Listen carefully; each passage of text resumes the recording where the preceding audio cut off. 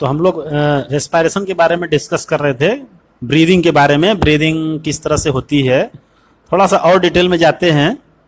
तो सबसे पहले हम बात करते हैं टेरेस्ट्रियल ऑर्गेनिजम्स की। ऑर्गेनिज्म में क्या होता है?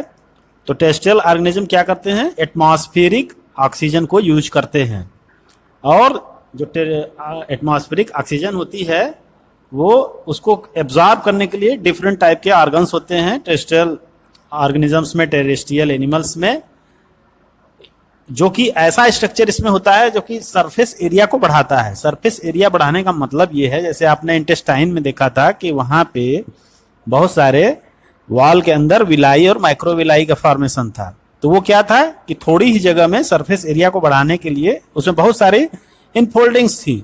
तो ठीक उसी तरह का स्ट्रक्चर आपके लंग्स में या रेस्पिरेटरी सिस्टम में भी होता है कि यहाँ पर भी वॉल्स में मॉडिफिकेशन होता है। जो लंग्स की वॉल हैं उनके अंदर इस तरह का मॉडिफिकेशन होता है कि वो सरफेस एरिया को इंक्रीज कर सके, ताकि कम जगह में, कम स्पेस में ज़्यादा से ज़्यादा फंक्शन हो सके और ज़्यादा से ज़्यादा ऑक्सीजन का एब्जॉर्प्शन हो सके और कार्बन डाइऑक्साइड का रिलीज हो सके, यानी कि गैसियस एक्सचेंज ज़्यादा हो सके।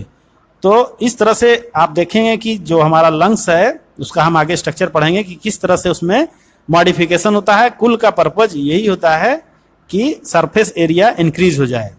ठीक है, तो जब सरफेस एरिया इंक्रीज होगा तो ऑक्सीजन का एब्जॉर्प्शन बेटर हो पाएगा। तो इसके लिए हम लोग देखते हैं कि ह्यूमन में किस तरह से पूरा होता है। ह्यूमन के रेस्पिरेटरी सिस्टम को हम समझते हैं कि किस तरह से उसमें होता है। तो ह्यूमन का रेस्पिरेटरी सिस्टम आप समझ रहे हैं कि सबसे पहले ऊपर हमारे कहाँ से स्टार्टिंग होती है। ह्यूमन के रेस्पिरेटरी सिस्टम को दो हिस्से में बांटा गया है, अपर और लोअर। ठीक है, तो अपर का मतलब होता है ट्रैकिया से ऊपर का, यानी कि उसमें नोज और थ्रोट आपका आ जाएगा पोर्शन। उसके नीचे का पोर्शन जो आएगा वो लोअर रेस्पिरेटरी ट्रैक्ट में है। ठीक है, तो अब हम लोग इसको डिटेल में थोड़ा सा डिस्कस करते हैं कि आप इस डायग्राम में यहाँ पे देखिए, इस वाले डायग्राम में आप बुक में आपके दिया हुआ है, इसको आप ध्यान से देखिए। इसको मैं थोड़ा सा एनाटॉमी आपको समझा देता हूँ, इसके बाद आप इसका फंक्शन भी समझिएगा। ठीक है,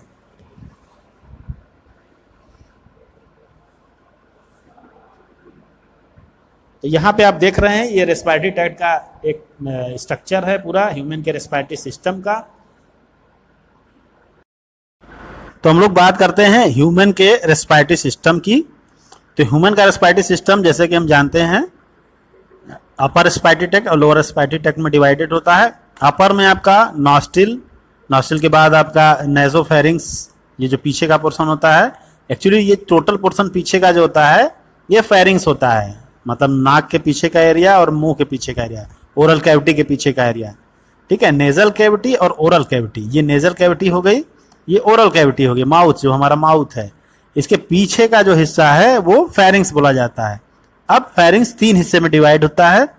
जो नेजल कैविटी के पीछे का एरिया है वो नेसोफेरिंग्स, जो ओरल कैविटी के पीछे का हिस्सा है वो ओरोफेरिंग्स, और जो लंग्स लैरिंग्स जो ये हिस्सा है जहाँ वॉइस बॉक्स होती है, जहाँ से हमारी वॉइस निकलती है, इसके पीछे का हिस्सा होती है लैरिंगोफेरिंग्स। तो इस तरह से ये तीन पार्ट हो गए।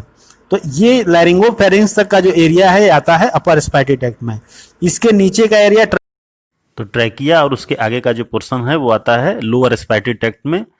ट्रैकिया के बाद ये लेफ्ट और राइट प्राइमरी ब्रोंकस में डिवाइड होता है, फिर प्राइमरी के बाद सेकेंडरी, सेकेंडरी के बाद टर्शियरी, टर्शियरी के बाद ब्रांकियोल्स और लास्ट में फिर एल्वेलाई आती है।